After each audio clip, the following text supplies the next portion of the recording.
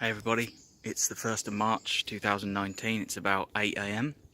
I'm in the woods as you can see, and I have completely broken down my camp, all the work that I did. Made a really terrible mistake with my roof pole, ridge pole, whatever you want to call it.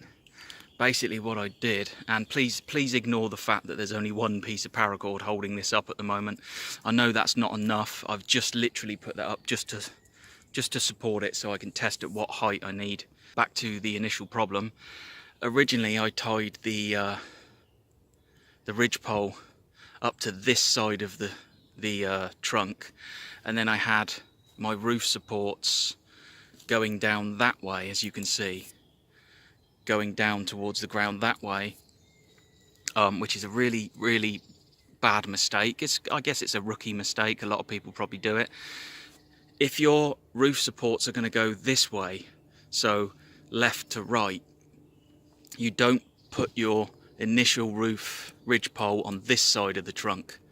You put it on the other side. As you can see, I've now put it on the right side of the trunk. The reason that you put it on that side of the trunk is because when you have the roof supports laying on top of the ridge pole, going away at an angle, they are pushing or adding a little bit of weight to your ridge pole. And so what you want to do is you want to tie your ridge pole to this side of the trunk, so that as the roof supports, you imagine you've got a piece of hazel or whatever on here, but when this roof support is laid here, and there's lots of other roof supports all the way along the ridge pole, and it's got leaves and bracken and dirt and soil and all that kind of stuff, it's obviously going to add a lot of weight. So that weight is going to be pushing down on the ridge pole. So you want to put your ridge pole on this side of the trunk, so that as the roof adds weight to the ridge pole is the weight of the roof is being pushed into the tree, and the trunk essentially acts as a brace to help distribute the weight of the roof. If you tie it on this side, which is what I initially did, if you imagine the ridge pole here is on this side of the trunk where it was before, and then you've got the roof pushing on the ridge pole is pushing, or rather the weight of the roof is pushing on that ridge pole, and it's pushing away from the trunk. Now obviously you're going to lash it up and you're going to brace it with props and stuff, so that will hold it in place, but having it on this side of the trunk means that the trunk of the tree is taking some of the weight, and it's taking some of the strain off of your lashing and off of your props. So yeah, I've had to take it all down, started again. I've got a much bigger ridge pole as well, as you can see. The other one that I had wasn't enough. This is a really good solid piece of hazel just laying on the ground. I'm not going to do that thing where you swing on it, because I said I've only got one piece of paracord on that end and I've got it hooked in the tree on that end, so I need to work on lashing that properly and then putting some props up, and then, well, we're in business. So there you go, rookie mistake, my fault. I was so eager just to start building the camp. But yeah, it's a good tip for any newcomers. Put it on the right side of the trunk. Obviously, if my roof props were going you know, right to left as you look in the camera, then obviously you would put the ridge pole on this side to support the weight, but it's going the other way, so it's on the right side of the trunk.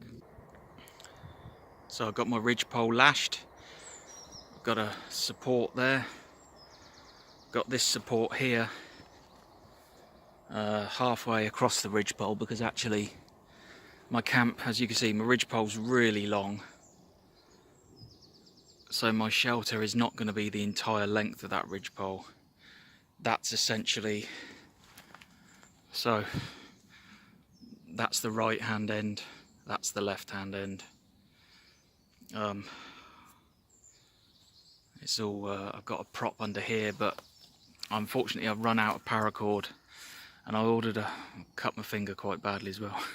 Run out of paracord, and I ordered a whole spool of it, which was supposed to arrive yesterday, but it didn't, so I can't actually do any more, which I'm really pissed off about. But never mind, I'm in the woods, birds are singing, I've seen a couple of deer, it's quiet, it's peaceful, I can hear ducks and geese, so whatever I can or can't do, I don't really care, because this is just relaxation and fun.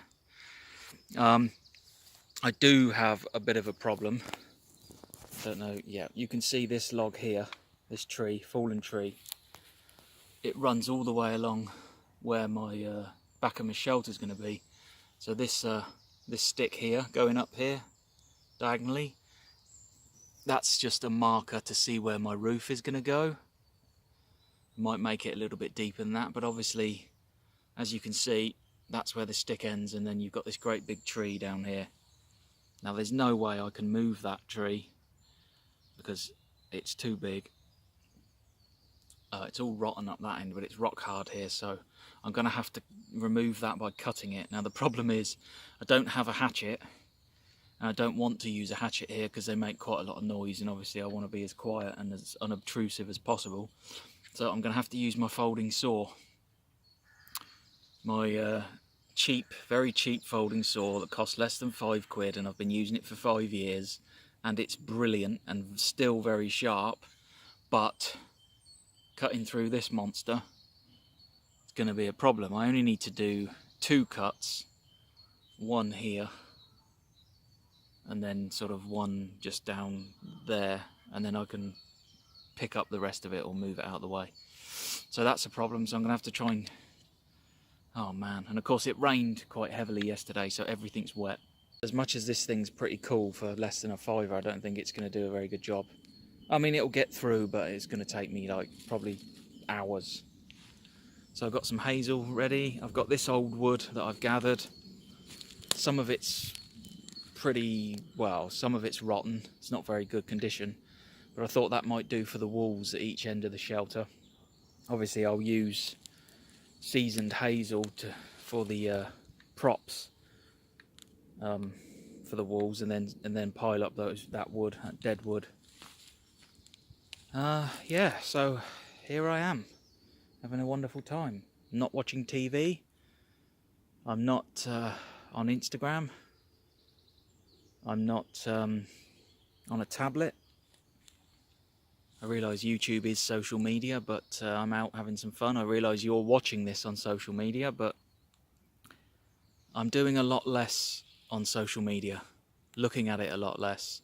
I'm watching more YouTube videos, but they tend to be educational and stuff, so that's cool. But I'm finding myself becoming happier and more content and more peaceful, more relaxed, more tranquil, because I'm using social media less and less. Anyway, sorry guys, I shouldn't be ranting about social media when I'm using it for you guys to watch me, but I've got a lot of thoughts about social media, and I'm going to sit down and make a video about it and how using it less is changing my life. So if you're interested in that, subscribe to my channel and you'll see that coming soon. So I'm going to get on with some work here. I'm going to have to start sawing through this bad boy. We'll see how it goes. Okay folks, so unfortunately it's time to go. I've only been here for 4 hours, so I'm really disappointed that I have to leave. But as I said earlier, I've run out of paracord, and the twine that I ordered didn't arrive yesterday. So there's not much else I can do, because I'm actually going to build a frame for my shelter. And I want to tie these, tie these down onto the ridgepole rather than just laying them, to make it a bit more sturdy. So there's not much else I can do. I've begun... It's a symbolic beginning. It's not much, but I've begun building a raised bed, which is basically a log with a couple of pegs. I've had to dig it in the ground just to try and even the ground out a little bit. I've processed quite a lot of wood. I've gathered some more birch bark. I've put some more hazel saplings into the ground.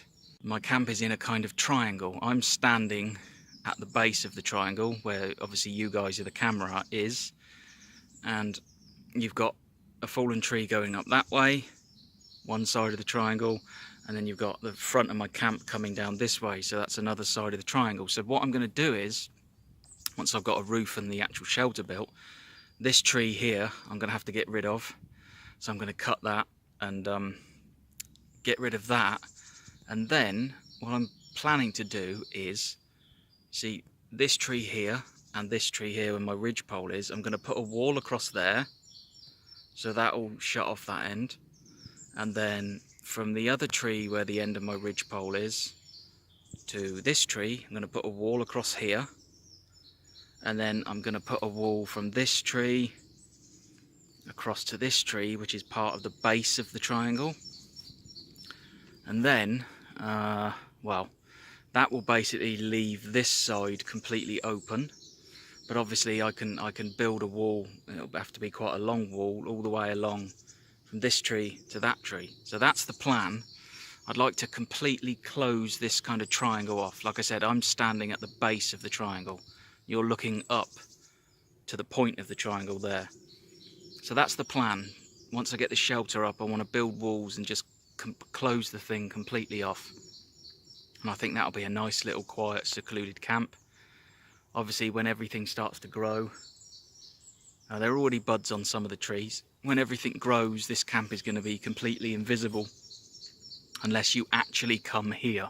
You actually have to stand here where I'm standing, or stand over there to see the camp, because everywhere beyond that tree and that tree is just a big dip. I'm surrounded by, well, nothing. I'm on top of a ridge, so to see the camp you have to actually stand on the top of the ridge, stand here to see the camp. So once all this stuff grows, all the bracken and all the greenery, this is going to be invisible. And obviously, hopefully I can enclose it all with wooden walls. Anyway guys, I'm off home. I need a coffee. Well, I should just mention, so I made another mistake today. Bought all of my cook kit, everything with me. The only thing I didn't bring was tea bags and coffee, so I couldn't even have a drink. So, 2 mistakes that I've made. Obviously the ridgepole being in the wrong place, and you can see there it is. There's the ridgepole. There's my seat, or raised bed, or the symbolic beginnings of one, and a couple of, just left them there just to see what I'm doing. And I'm gonna come back hopefully with more paracord and twine, and then really crack on with the roof. But yeah, I've made 2 mistakes, rectified one of them. The ridgepole was on the wrong side of the trunk. That's now absolutely super secure. I've lashed it up, I've supported it, that's not gonna move. Bar the trees falling down, that's not gonna move. And the second mistake, I forgot my tea bags and coffee, so I am thirsty. I've only had some water, but hot drink on a day like this is what you need. So thank you so much for watching. I appreciate all your watches, all your views, your subscriptions, your comments, your thumbs up. If you've got a negative comment about my camp, by the way, if it's helpful, like if you can see that I've done something wrong, then please let me know, because I'm not a professional. I'm just somebody who's watched a lot of YouTube videos and watched a lot of Ray Mears, and I'm just coming out here and trying things out for myself. So if you see that I've made any more mistakes, please let me know. You know, constructive criticism, guys. If you're a bushcrafter, if you're a wild camper, if you've spotted anything that I've done wrong, or if you can give me suggestions on how I can do something better, please let me know, because I'm always willing to learn. And you know, how does anybody learn if they're not told? So yeah, anyway, I'll stop rambling, and see you again, guys. Look at this woodland, it's beautiful. Absolutely gorgeous.